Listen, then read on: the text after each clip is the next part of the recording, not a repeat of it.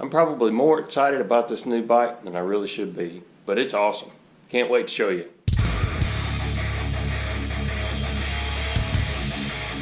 Here it is. It's my 2019 RadRover from Rad Power Bikes. This thing is really cool. It's an electric assist bike. I bought this bike primarily to use as a pit bike when we go to races. We often need a way to get around, to move around from the pit areas and do video. And sometimes I go to hard enduro races to do video in there, and they just don't allow real pit bikes. They don't allow pit bikes like that. And so far I'm really loving it. I've taken it to one race, but everybody at the race, everybody that saw it and everybody that rode it just loved it and wanted one. For the price point, it's got a lot of features. It's got a full suspension on the front. It's got these nice giant 4-inch wide tires that work really well on the rough stuff. The tires make it really stable in sand or rocky terrain. It's really easy to ride. It's got an integrated lighting system. So this front light is extremely bright at night. It's got a sensor on the back that senses daylight and it'll automatically dim itself when you've got it on during the day, but it also works off of the main battery for the bikes. You don't have to have separate batteries, or you don't have to charge the lights up separately. Another thing I like about the lights is it has integrated brake lights. So if you're on the street or whatever, then people can see when you're braking. I haven't really come even close to running the battery down yet, but based on the literature from Rad Power Bikes, the battery should last 20 to 40 miles on this particular bike, depending on how you ride it and how much power you use. This bike has a 750 watt hub motor in the back. Some of the higher end mountain bikes that are e-bikes have the motor in the crank area, but those are pedal assist only. This bike has the hub motor, which allows you to have the throttle. It does have disc brakes front and rear. They're cable, they're not hydraulic. So some of the more expensive brands have hydraulic brakes, but these seem to work really well. So far I haven't had any problem at all with these brakes. These brakes, they seem to have plenty of stopping power. The controls are pretty easy to use. This is the main control here. It's got 3 buttons. You got a mode button in the middle, up and a down button.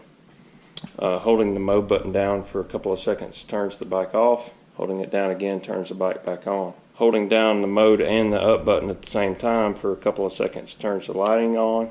And while those lights are on, the brake lights still work. Provides plenty of light for riding. You really don't need any additional light. Back to the controls up here. Of course, you got your pedal assist level, and that goes from 1 all the way up to 5. Down on 1 is just basic pedal assist, and you don't get much assist there. 2, eco mode. 3 is the standard mode, which is pretty good. That's I'll probably leave it in 3 or 4 most of the time. 4 is the power mode, and then 5 is the mode for speed. And that's pedal assist. That doesn't affect the throttle. The throttle actually will give you full power no matter what setting your pedal assist is on. It has the wattage display to show you at any given time how many watts the motor is using. It's got 7 speeds, Shimano gearing with 7 speeds. This lever shifts down, and then this button shifts up, and that's pretty typical for standard bikes. And the way that works, it's a little bit different. It doesn't have, some bikes have the trigger and the lever up underneath is a little more convenient, but the way this throttle's set up is kind of prevents that. This button locks out the throttle. So with that button, there's 2 settings on this button. One setting the throttle works, and the other setting is just pedal assist only. The forks do have some adjustment on them. This adjustment on the left side is preload, and then this adjustment over here locks out the travel. So you can lock them. You can lock the forks completely so they don't move at all, or you can open them up where they're completely free to move. The battery has a few different settings. Right now it's on the on setting. That setting is where the battery is off, and that's the setting you use to charge the battery when it's on the bike. Turning it left one more click unlocks it from the frame of the bike, and then you can remove the battery. Turn the key to the left to the next setting, and that unlocks the battery from the frame of the bike. You can remove the battery. So So then you can take it and charge it. If you don't want to charge it while it's on the bike, you can charge it wherever, and then you can put it back on.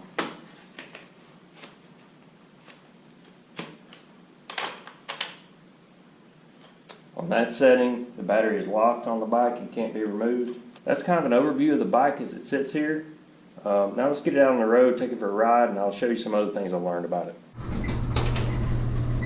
So I'm in pedal assist mode 5 right now. And pedal assist is limited to 20 miles an hour. As soon as you get to 20, the pedal assist stops.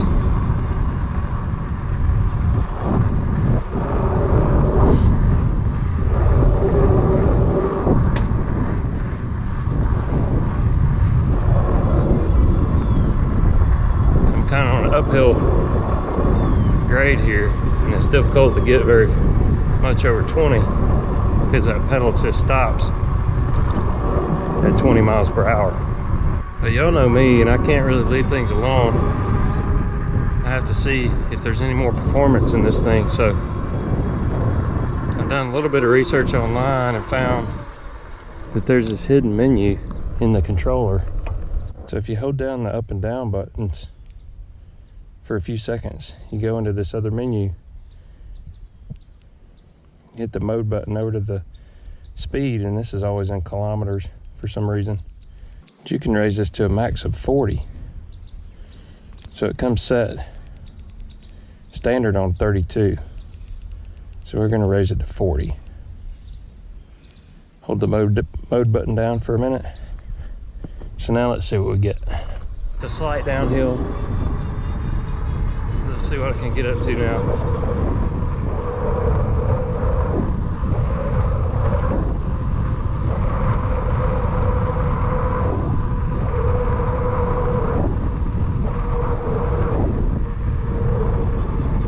So I was able to hit 27 there. As the late great Billy Mays once said, but wait, there's more. Doing some additional research on speed on these things. So let's go back into that hidden menu. Now this is the wheel size. So we're going to reduce the wheel size down and see if that tricks the computer into thinking we're going slower than we actually are. And to see if we can get the pedal assist to continue beyond 25 miles an hour. So let's see what that does. And that's the reason I have this GPS app on here, so you can compare actual speed to what the bike thinks the speed is. Well, let's try that.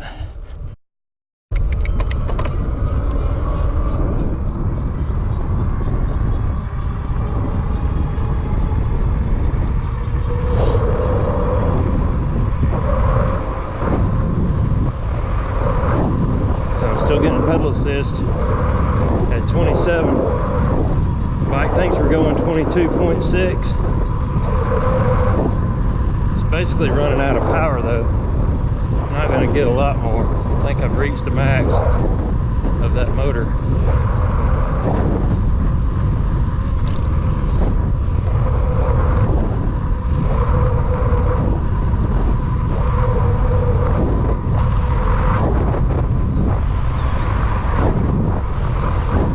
Yeah, 27. Still about the maximum. Even though changing the wheel size does trick the computer, it seems, because it's continuing to provide pedal assist here beyond 25. So the manual doesn't tell you about that menu that you get to by holding these up and down arrows down. It doesn't mention that at all. You kind of have to do some research to find that. And I don't think changing the wheel size really helps much, especially on this bike, because it does seem to trick the computer, but it doesn't really seem to get you a lot of extra speed. I think the battery and the motor are just maxed out around 25, so anything over 25 is going to be coming from your leg power.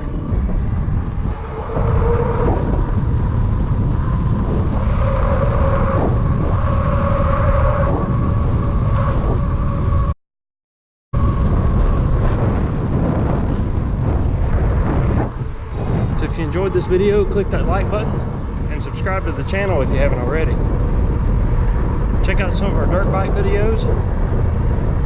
If you're watching this video because you're interested in the RadRover, check out some of our other dirt bike racing videos. You might like those too. Thanks for watching.